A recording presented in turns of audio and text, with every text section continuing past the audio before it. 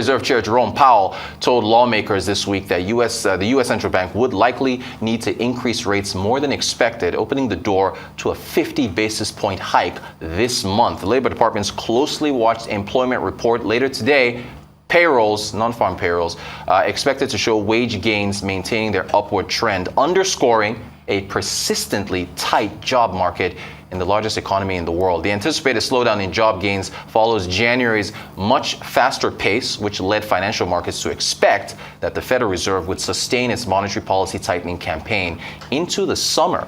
For more on these headlines, cross over to London. We're joined by Arise business analyst Bode Oshosmi. Good morning, Bode. Thanks for joining us. So Fed Chair Powell made sure that there's a heightened focus on today's U.S. payrolls data. What are you expecting? What are your thoughts?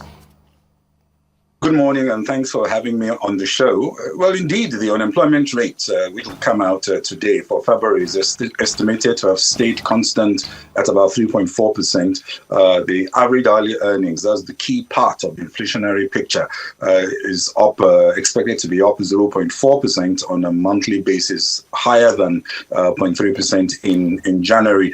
The narrative from Powell that inflation and wage growth data so far suggests more work is needed to rein in prices has revived a lot of jitters, and the 50 basis point scenario, like you said, is back. Probability is now as high as 70%. But Powell also spoke of a lag between hiking rates and the hit on jobs playing out. And today's data could actually show that job markets have significantly weakened. That lag is now eventually having its time to play out. But of course, next week's, that's Tuesday's CPI inflation data may also seal the narrative that inflation is still a bit sticky.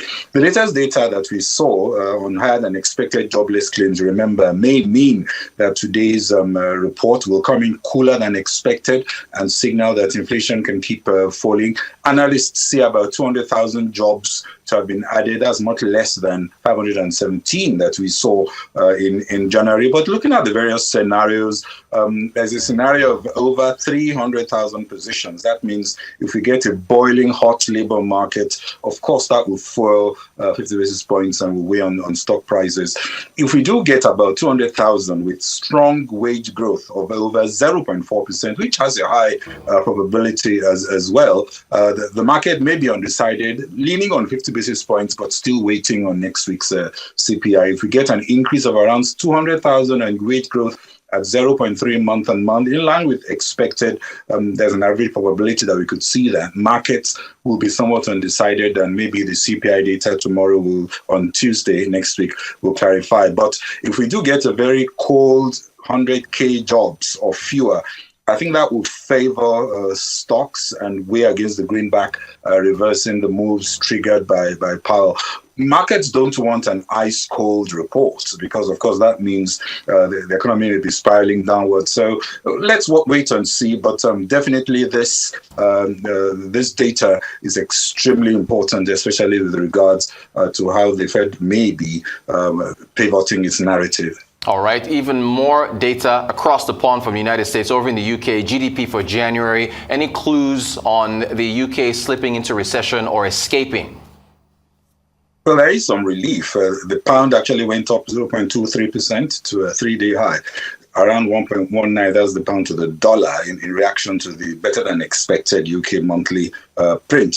The data also offsets disappointing release that we got from UK manufacturing and industrial production figures. The ONS, that's the Office of National Statistics, they said that GDP was flat in the 3 months to January 2023. But if you look on a month-on-month basis, the hike was slightly higher than what was expected. But looking at sectors, the services sector grew by 0.5% in January 2023 after falling by 0.8% in December 2022. And the largest contributions said to have come from education, transport and storage, human health activities, the arts, entertainment and recreation activities, all of which came back much stronger after the falls that we saw in December. So output in consumer-facing services grew by 0.3% in January, following a fall of 1.2% in December.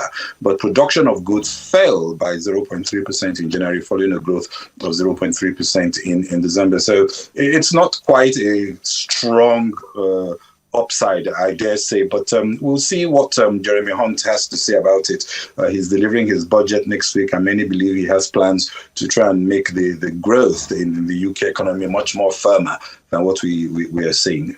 And back to the United States, the Republicans calling U.S. President Joe Biden's budget reckless. He's challenged them on fiscal responsibility. What else do you know about this development? Well, the key message is tax the rich and cut the deficits. Sounds a bit simplistic, but fiscal space has been the recurring theme for leaders all over the world. And of course, amid all sorts of household pressures facing voters. And he has to be, of course, very sensitive to what the people want, and his own election promises. Taxing the rich also does have an impact on spending that affects low-income earners, I must also mention. But he's outlining this 6.9 trillion plan to increase taxes on the wealthy and big corporations to fund a reduced deficit and, of course, strengthen his social programs, which I think makes a lot of sense. But lowering drug prices, extending hospital insurance trust funding longevity beyond 2050, that's the Medicare tax rate going up to 5% from 3.8%. All these were expected. But is also closing some loopholes. For example, investment managers who pay a 20% tax rate on some of compensation they receive from managing fund assets instead of the 37% that other high earners pay. There's going to be a 25% minimum tax on billionaires and so on.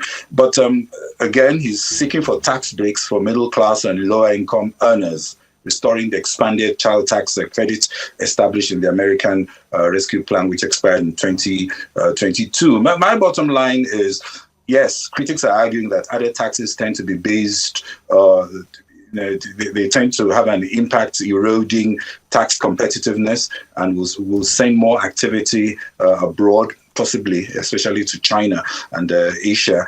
Incentives on the Inflation Reduction Act are being withdrawn, I think, through these higher taxes. So we'll see how it eventually settles. Definitely, as you know, this is going to set the ground for a fight with the Republicans, and this kind of fight plays very well as we move to the political theater that we usually get just before the election. So compromises will be struck. We'll get a mid-ground between extremes, and billionaires, I think, will continue to find their loopholes. So I wouldn't expect very significant or very material changes by the time we see the final budget.